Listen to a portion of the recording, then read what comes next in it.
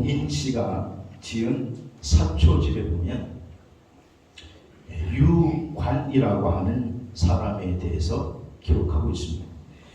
고려 말 조선 초, 조선 전기에 활동했던 이 유관은 세종대왕 때 우의정까지 지내신 분입니다.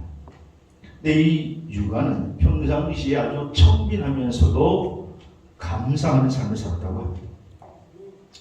우의정으로 오르시기 전에 늘 집은 이 동대문 밖이었는데 그 집은 울타리도 대문도 없는 초가집에 사셨다고 합니다.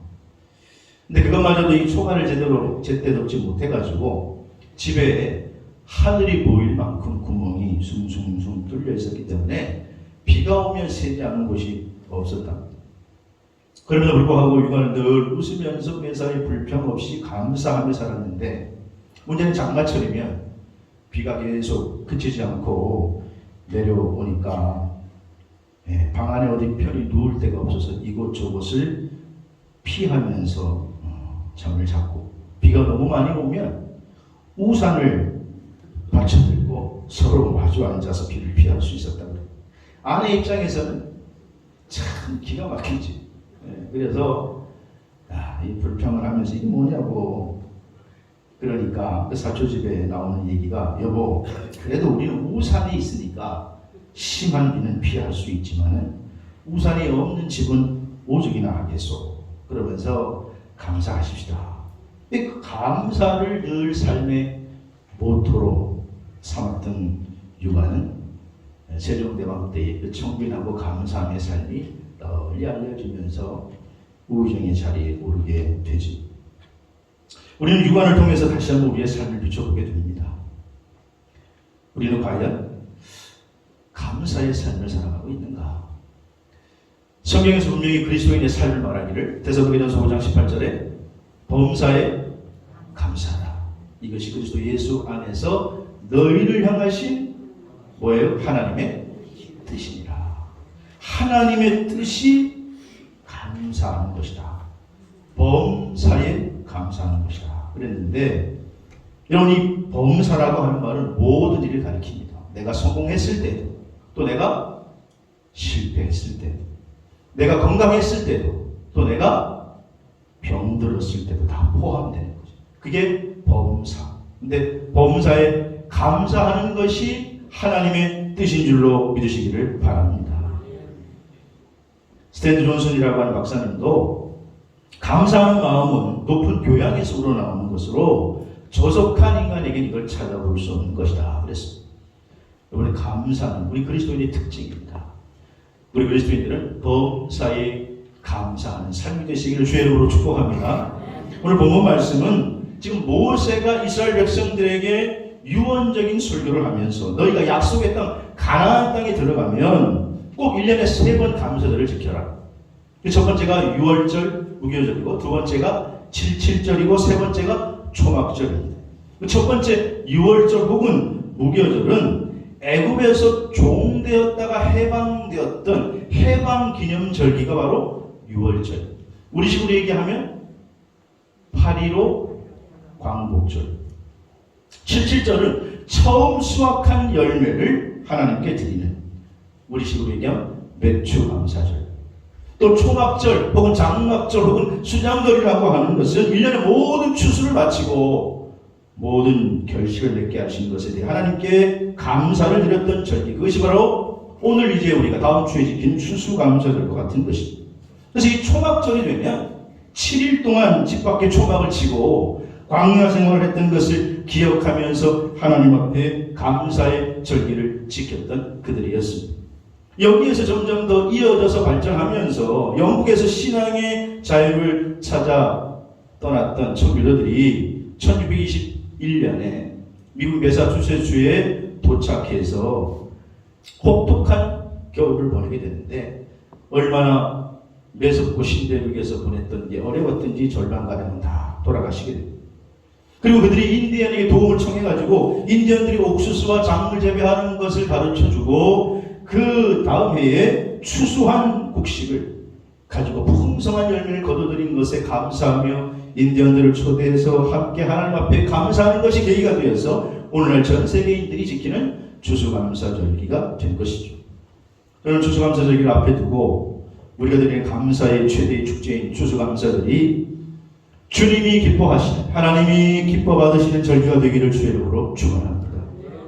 그래서 오늘 주님이 기뻐하시는 감사라고 하는 제목을 잡았는데, 주님이 기뻐하시는 감사는 첫 번째는 자원해서 드리는 감사예요. 오늘 신명기 16장 10절 말씀 보니까 내 힘을 헤아려 자원하는 예물을 드리고 그랬습니다.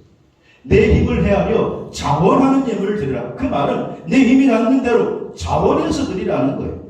사랑하시는 여러분, 하나님이 기뻐하시는 감사 첫 번째는 자원해서 드리는 감사인 줄로 믿으시기를 바랍니다. 자원해서, 스스로. 바울은 로마교회 편지하면서 로마서 1장 21절에 믿지 않는 자들에 대해서 특징을 얘기하면서 믿지 않는 자들도 자연 우주 만물을 볼 때 신이 있구나, 창조주가 있구나, 이거를 부인할 수는 없다는 거예요. 그런데 하나님을 그래서 아는데 문제는 그러나 하나님을 그들은 영화롭게도 하지 아니하고 감사하지도 않는다. 그게 믿지 않는 자들의 특징이라는 거예요. 그러나 믿는 자들의 특징은 뭐냐? 구원해 주신 하나님의 은혜에 감사한다는 거예요. 여러분의 감사가 하나님께 연락되시기를 주의 이름으로 축원합니다. 그래서 우리가 신앙생활 할 때 감사하는 게 뭐냐? 그게 이제 헌금 생활인데, 천지 만물을 지으시고 모든 삶의 열매를 거두시게 하는 것에 대해서 감사하는 마음으로 드리는 게 헌금인데, 그래서 헌금은 기본적으로 억지로 하는 게 아니고 뭐예요? 자원해서 드리죠. 자원해서. 다음 주가 추수감사절인데, 여러분 하나님께서는요 자원해서 드리는 것을 좋아하시는 줄로 믿으시기 바랍니다. 액수가 얼마 됐든 간에 억지로가 아니에요. 체면이 아니에요. 자원해서 드리는 걸 좋아하시는 거예요. 그래서 이제 다음 주에는 저 중간에 좀 헌금함을 갖다 놓으려고. 지금까지는 헌금함을 돌렸잖아요. 그래가지고 남 눈치도 좀 볼 때도 있고 그랬는데, 자원해서 드리는 걸 하나님이 기뻐하시죠. 다음 주에는 그래서 혹시나 새신자들도 오고 우리가 총무원주의로 지킬 텐데 그들에게 또 부담이 될 수도 있으니, 여러분 믿음의 중심은 뭐냐? 자원해서. 오늘 감사는 뭐냐? 하나님께서 감사를 드릴 때 자원해서 드려라, 이렇게 말씀하고 있다는 것이에요. 역대상 28장에 보면 다윗의 꿈에도 소원이 그 성전 건축하는 거잖아요. 근데 하나님께서 다윗의 성전 건축하려고 하면 너는 안 돼. 왜냐하면 너는 피를 너무 많이 네 손에 묻혀서 안 된다는 거예요. 그래서 자기는 하나님께 성전을 건축해서 드리고 싶은데 안 된다고 하니 자기 아들 솔로몬이 건축하게 되는데, 그러면 하나님, 내가 건축할 수 있는 은혜는 받지 못했습니다만은 건축할 수 있는 좀 자재는 좀 준비해서 드리고 싶습니다. 그래서 역대상 29장 3절에 보니까 성전을 위하여 준비한 이 모든 것 외에도 내 마음이 하나님 성전을 사모하고 내가 사유한 금은으로 내 하나님 성전을 위해서 드렸다는 거예요. 사실 성전 건축의 준비를 누가 다 해줬느냐? 누가 다 해줬어요? 다윗이 다 해준 거예요. 다윗이. 건축은 사실 아들 솔로몬이 했지만 자재는 사실 건축 자재는 누가 드린 거예요? 다 다윗이 하나님께 드린 거예요. 그리고 나서 자기 백성들에게 29장, 역대상 29장 5절에 보니까 오늘 누가 즐거이 손에 채워 여호와께 드리겠느냐? 내 백성들도 즐거이 드릴 사람 누가 있겠느냐? 자원해서 드릴 사람이 누가 있겠느냐? 그랬더니 29장 9절에 보니까 백성들이 뭐하여 들었으므로? 자원하여 드렸으므로 기뻐했다라는 거예요. 그래서 다윗이 신이 기뻐한다. 나도 그런 마음인데 너희도 그렇구나. 그러면 17절에 보니까 다윗이 하나님께 나의 하나님이여 주의 백성이 주께 자원하는 것을 보니 심히 기쁘도소이다, 이렇게 고백해요. 사랑하는 여러분, 헌금의 기본은요, 감사의 기본은 자원해서 드리는 것인 줄로 믿으시기를 바랍니다. 처음에는 모르면 그건 가르쳐줘야 되겠지만은, 그러나 신앙생활을 하게 되면 그 다음에는 자원해서 드리는 거예요. 우리가 신앙생활 30년, 40년 하다 보면, 그런데 우리가 형식적으로 눈치 봐가며 의무적으로 드리기 쉬워요. 그러나 하나님께는 자원해서 정말 감사해서 드리는 거예요. 자원함으로 하나님께 드리시기를 바랍니다. 서울제자교회 장경철 교수님이 축복을 유통하는 삶이라는 책을 내셨는데 거기에 자기의 경험을 한 토막 그 책에 담아 서술하고 있습니다. 이분은 서울제자대학교의 교수님인데 야간에 공부하러 오는 학생들이 제대로 식사도 못하고 야간에 직장 끝나고 막 오는 분도 많으니까 그 학생들을 위해서 가끔 초코파이를 사서 준비해 두었는데 어느 날 한 학생이 자기들이 이제 식사도 못하고 허겁지겁 먹고 공부하고 하다가 교수님하고 눈이 마주치니까 교수님도 하나 드세요 이렇게 주더라는 거예요. 그런데 이 교수님이 그 초코파이를 받으니까 너무 기쁘더라는 거예요. 근데 가만히 생각해보니까 별로 기뻐할 일이 아니에요. 그거 누가 사왔어요? 자기가 사와가지고 준비해놓고 자기는 또 저녁도 먹었는데 주니까 오히려 그게 기쁘더라는 거예요. 그래서 하나 거기서 깨달은 게 있는데 내가 하나님께 헌신하고 봉사하는 게 하나도 자랑할 게 없구나. 다 하나님이 주신 능력으로 내가 이루고 또 그 일부를 드린 것인데 내가 하나님의 것을 하나님께 드린 것뿐인데 내가 그걸 깨닫지 못했구나. 정말 하나님께 내가 드릴 수 있는 거는 자원하는 마음밖에 없구나 라고 깨닫게 됐다는 거예요. 여러분 아이를 키우다 보면 우리가 또 깨닫는 게 많잖아요. 저희가 어렸을 때만 해도 간식이 많지 않았습니다. 제가 어렸을 때만 해도. 그래서 제가 어렸을 때 최고 인기 있는 것 중에 하나가 뭐냐면 과자 중에 우리는 과자라고 그러고 과자라고 얘기합니다. 과자 중에 제일 맛있는 건 새우깡이에요. 새우깡. 지금도 새우깡이 나오는지도 모르겠습니다만 그래서 아직도 내 입에는 새우깡이 제일 맛있는데 아마 여러분 중에도 그러신 분들 많을 거예요. 그래서 밖에 나갔다가 들어올 때 아이들이 어릴 때 보면 과자를 좋아하니까 내가 좋아하는 친구도 좋아하겠죠. 그리고 새우깡을 좀 사가지고 와가지고 우리 세미아들이 이렇게 줄 때도 있었는데 근데 어릴 때 참 이쁜 게 뭐냐 하면 그거 사가지고 오면 뜯어가지고 이제 먹으라 그러면 하나를 집어가지고 자기 입에 들어가는 게 아니고 먼저 아빠 먹어. 그럴 때 그 행복이라고 하는 거는 이루 말할 수가 없죠. 참 기분이 좋죠. 사실은 그게 기분이 좋을 게 아니에요. 그거 누가 사왔습니까? 내가 내 돈 주고 가지고 사왔는데 그런데 아빠 먼저 먹으라고 할 때 너무너무 기분이 좋단 말이에요. 그러면서 생각이 드는 게 하나님도 우리의 이런 모습을 보시고 기뻐하시겠다. 우리가 하나님께 드릴 수 있는 것은 자원하는 마음인 줄로 믿으시기를 바랍니다. 오늘 주님이 기뻐하시는 감사가 뭐냐? 지금 모세가 너희가 가나안 땅에 들어가서 3대 절기를 꼭 지켜라. 근데 그 지킬 때 중요한 게 뭐냐? 자원에서 드리는 감사를 하나님께 드리라는 거예요. 여러분 천국 갈 때까지 신앙생활 계속 할 텐데 헌신하든 봉사하든 헌금을 드리든 기본이 뭐냐? 자원하는 마음으로 드리시기를 주의 이름으로 축원합니다. 두 번째로 하나님이 기뻐 받으시는 감사는 뭐냐? 즐거움으로 드리는 감사라는 거예요. 오늘 본문 11절에 보니까 내 하나님 여호와 앞에서 즐거워할지니라 그렇게 말씀하고 있습니다. 내 하나님 여호와 앞에서 즐거워할지니라. 여기 즐거워하다라고 하는 말은 사마흐타라고 하는 히브리어인데 이 원문의 의미는 전인격적으로 누구나 다 즐거워한다 그런 거 아닙니까? 그러니까 온 마음을 다해서 온 백성들이 절기를 지킬 때에 다 주님이 받으실 만한 즐거운 마음으로 드려라 그런 말이에요. 너희가 이 세 개의 절기를 지킬 때에는 성중에 있는 모든 사람 한 사람도 예외 없이 노비든지 남녀 노소를 막론하고 모두가 다 즐거움으로 즐길 수 있는 축제가 되게 하라는 거예요. 그래서 여러분 우리가 감사절기를 지키고 뭐 떡이든지 무슨 음식을 하면 어떻게 이웃에게 다 나눠주고 하는 이유가 누구나 예외 없이 온 백성들이 함께 즐거워하라는 여호와의 명령인 줄로 믿으시기를 바랍니다. 그래서 우리 추수감사절은 우리 그리스도인뿐만 아니라 모든 사람의 감사의 축제가 되어야 되는 거예요. 하박국서 3장 18절에 보니까 나는 여호와로 말미암아 즐거워하며 구원의 하나님으로 말미암아 기뻐하리로다 그랬고 고린도후서 9장 7절에도 각각 그 마음에 정한 대로 할 것이요 인색하며 억지로 하지 말지니 하나님은 즐겨내는 자를 사랑하시느니라 그렇게 말씀하고 있습니다. 그러므로 사랑하는 여러분 주님이 기뻐하시는 감사 두 번째는 뭐냐? 즐거움으로 감사하라. 여러분의 감사가 즐거워함으로 하늘 보좌에까지 상달되기를 주의 이름으로 축복합니다. 느헤미야서 8장에 보면요, 이스라엘 백성들이 이제 바벨론 포로 생활에서 돌아와서 성전 건축하고 성벽을 재건하게 됩니다. 그리고 이제 너무 기뻐서 수므라 광장에 오면서 그들이 기뻐하며 춤을 추며 에스라 학사에게 말씀을 요구합니다. 그래서 이 학사 에스라가 말씀을 전할 때에 그 전하는 말씀을 듣고 눈물을 흘리며 기뻐하면서 아멘, 아멘, 아멘 하면서 하나님께 영광을 돌립니다. 그리고 그 다음날 또 이 백성들이 돌아가지 않고 또 학사 에스라에게 또 말씀을 우리에게 들려주옵소서.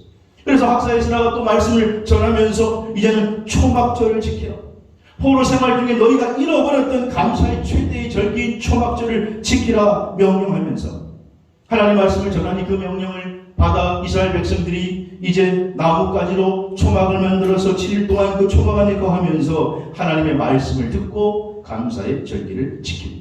여러분, 백성들이 초막 안에 거하면서 무슨 생각을 했을까요? 첫째로 초막이라는 게 뭐예요?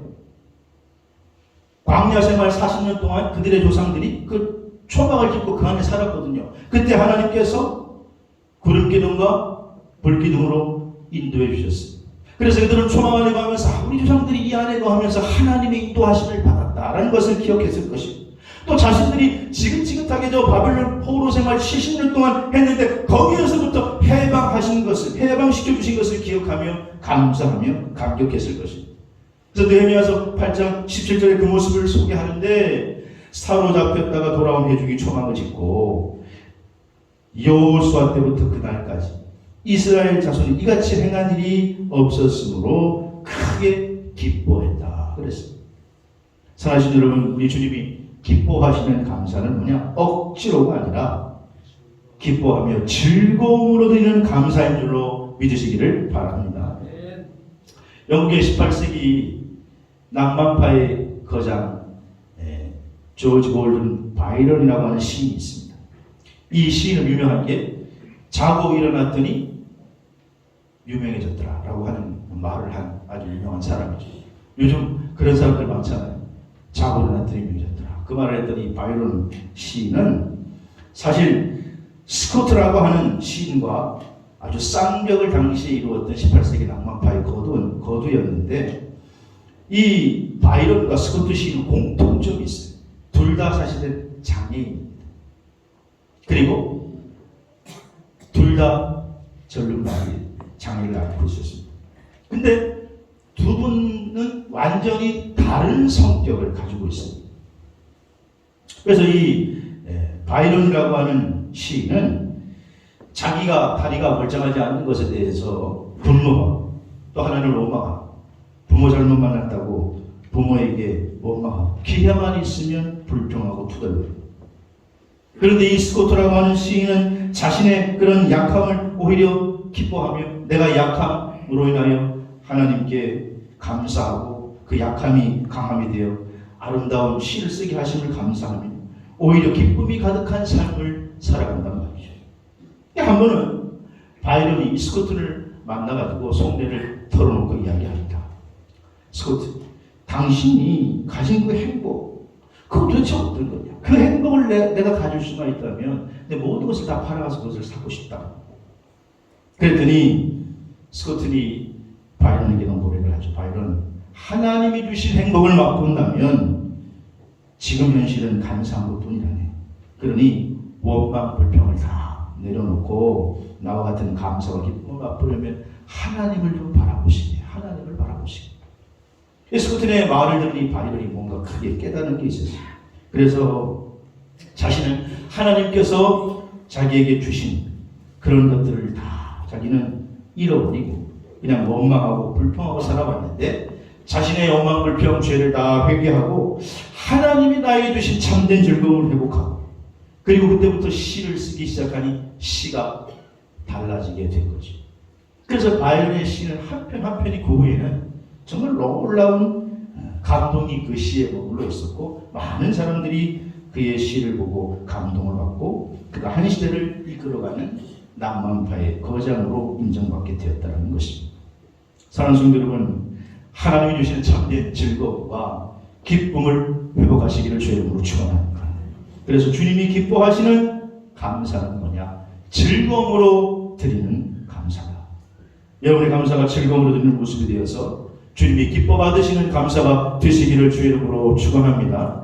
세 번째로 오늘 주님이 기뻐 받으시는 감사는 뭐냐? 각 사람의 힘대로 드리는 감사다. 오늘 17절 본문 17절에 보니까 17절 한번 같이 읽겠습니다. 시작. 각 사람이 내 하나님 여호와께서 주신 복을 따라 그 힘대로 드릴지니라. 이렇게 말씀하고 있습니다. 그 힘대로 드릴지니라.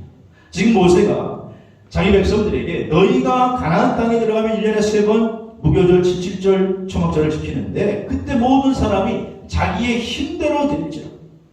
힘대로 드리라고 하는 말은요, 의무적으로 드리지 말고 힘에 지나치도록 드려서 시험받지도 말고 내 힘에 맞도록 드리되 즐거워하며 자원함으로 드리는 정성스러운 예물을 하나님께 드리라고 하는 것입니다.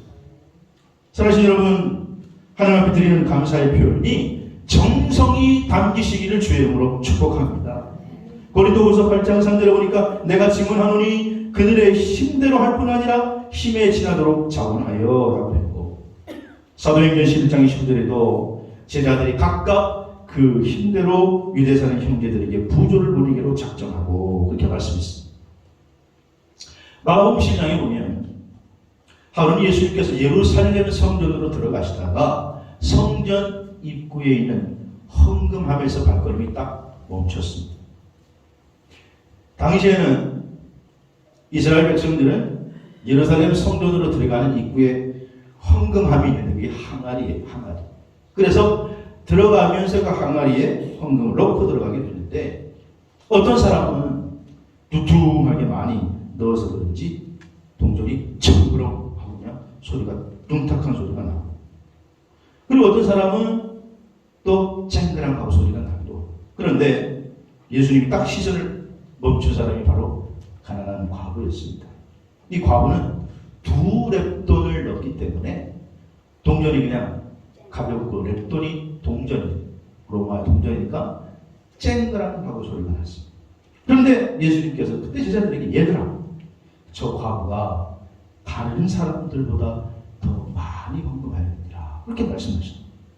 2렙돈이라고 하는 게 여러분 오늘날 따지면 한 렙돈에 500원 될까요? 그 2렙돈이면 얼마예요?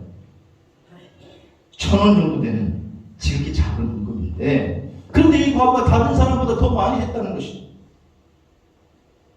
여러분, 예수님의 평가의 기준은 사람과 다른 것이에요. 그러면서 제자들에게 말씀하시기를 다른 사람은 자기의 가진 것 중에 일부를 했지만 이 여인은 자기의 생활의 전부를 넣었다. 그 안에 담긴 정성이 있었기 때문에. 여러분, 그 안에 담긴 정성이 마음이고, 이 헌금이 뭐냐? 헌금이 우리의 마음을 담는 그릇인데 그 그릇에 정성이 담기는 예물을 하나님이 받아주신다. 그래서 예수님께서는 이 여인이 가장 큰 걸 넣었다. 오늘 예배 청소한 여러분, 추수감사절에 여러분의 일생 동안 신앙생활에 드려지는 모든 감사에 정성이 담기기를 주의 이름으로 축원합니다. 하늘에 속한 사람이라는 세계저자 폴 해터웨이는 자신과 공동저자인 중국의 허난성에 사는 원 형제에 대한 이야기를 그 책에 담았습니다. 이 원 형제는 가난한 집안에서 태어났는데 아버지가 암에 걸려서 죽어가고 있을 때 예수를 믿고 주님의 능력으로 치료함을 받아서 아버지가 나왔습니다. 그 모습을 보면서 예수를 믿게 된 거예요. 그리고 이제 30년 동안 신앙생활할 때 그 개인의 신앙생활사를 그 책에 적어놨는데 하늘에 속한 사람이라는 것으로 이제 제목으로 책을 냈는데, 이 원형제가 1970년대부터 중국의 교회의 상황을 자세하게 기록했습니다. 여러분, 공산당이 아무리 득세를 해도 그래도 중국은 기독교가 없어지지 않았습니다. 지금도 초속교회와 가정교회는 나누지만 그 가정교회에서 계속해서 기독교가 이어져 왔었는데, 이 원형제가 예수 믿고 너무 큰 은혜를 받아가지고 복음을 전하다가 3번 교도소에 가고 또 고문도 수없이 당하고 죽기 직전까지 매를 맞았던 그런 사람이에요. 그래서 그가 추록하고 나서 그가 독일로 가게 됩니다. 그래서 독일에 가서 간증도 하고 또 이제 거기서 예배를 드리면서 또 이 사람들의 신앙생활을 거기 종교개혁 발생지니까 보면서 하나 깨달은 게 뭐냐. 독일 사람들은 헌금을 할 때 두툼한 지갑을 꺼내가지고 헌금을 하더니 야 역시 다르긴 다르구나. 근데 그 중에 제일 작은 액수의 지폐를 꺼내가지고 헌금을 하더라는 거. 그래서 아니 중국에서는 자기들이 신앙생활 할 때는 그 반대인데 독일에서는 오히려 그렇게 하더라는 거예요. 그래서 이 책에서 원형제가 우리는 정반대입니다. 우리는 누가 선교를 간다고 하면 그 사람의 선교를 위해서 각자 가지고 있는 거 몽땅 털어가지고 선교비를 줍니다. 그러면서 이 책에서 그가 말하는 게 뭐냐? 우리의 감사 생활은 도대체 누구를 향하고 어느 정도가 되느냐라고 하는 것이. 사랑하는 성도 여러분, 하나님은 전능하신 분이신 줄로 믿습니다. 사람은 속일 수 있어도 하나님은 속일 수가 없는 거예요. 감사의 기본은 뭐냐? 정성이라고 하는 거예요. 주님이 기뻐 받으시는 감사는 뭐냐? 정성이 담겨 있는 거예요. 우리 속담에 콩 심은 데 콩 나고 팥 심은 데 팥 난다. 많이 심으면 많이 거두고 적게 심으면 적게 거둔다는 말이 있습니다. 한 여인이 꿈속에서 새로 개업한 가게에 구경을 하게 됐습니다. 근데 이상하게 가게 주인이 가만히 보니까 자기가 믿는 신이 그 가게의 주인이에요. 꿈속에서. 그래서 그 가게 주인에게 가서 이 가게는 도대체 뭘 팝니까? 그러니까 네가 원하는 것은 다 있다 그러더래요. 그래가지고 이 여인이 너무너무 행복한 표정을 지으면서 그러면 나에게 행복도 주시고 아름다움도 주시고 지혜도 주시고 뭐도 주시고 뭐도 주세요. 그러니까 가게 주인이 조용히 웃으시면서 하는 말이 뭐냐. 미안하다. 여기는 열매는 안 팔고 씨만 판다. 씨만 판다. 여러분 이야기 메시지가 뭡니까? 모든 열매는요. 씨로부터 출발하는 거예요. 씨는 비록 작고 보잘것없고 너무나 연약해 보이지만 그러나 그 안에 생명력이 있는 것입니다. 우리는 씨 뿌리기는 하지 않으면서 너무나 많은 열매를 요구하고 있는 것은 아닌지 우리의 신앙생활을 한번 곱씹어 보시길 바랍니다. 오늘 본문 17절에 모세가 이렇게 말하는 거예요. 각 사람이 내 하나님 여호와께서 주신 복을 따라 그 힘대로 드릴지니라. 하나님께서 그렇게 하면 책임져 주신다는 거예요. 사랑하시는 여러분, 추수감사절을 앞에 두고 형식적인 감사가 아니라 주님이 기뻐 받으시는 감사의 주인공이 되시길 바랍니다. 누구를 의식하고 드리는 게 아니고 우리의 신앙생활은 이제 성숙해져서 하나님을 바라보면서 하나님께 드릴 때 하나님이 기뻐 받으시는데 주님이 기뻐하시는 감사의 자세는 뭐냐? 첫째는 자원함으로 드려. 둘째는 즐거움으로 해라. 셋째는 각 사람의 힘대로 정성껏 드려라. 이 모습이 저와 여러분의 모습이 되셔서 하나님이 기뻐 받으시는 감사의 축제가 되시기를 주의 이름으로 축원합니다.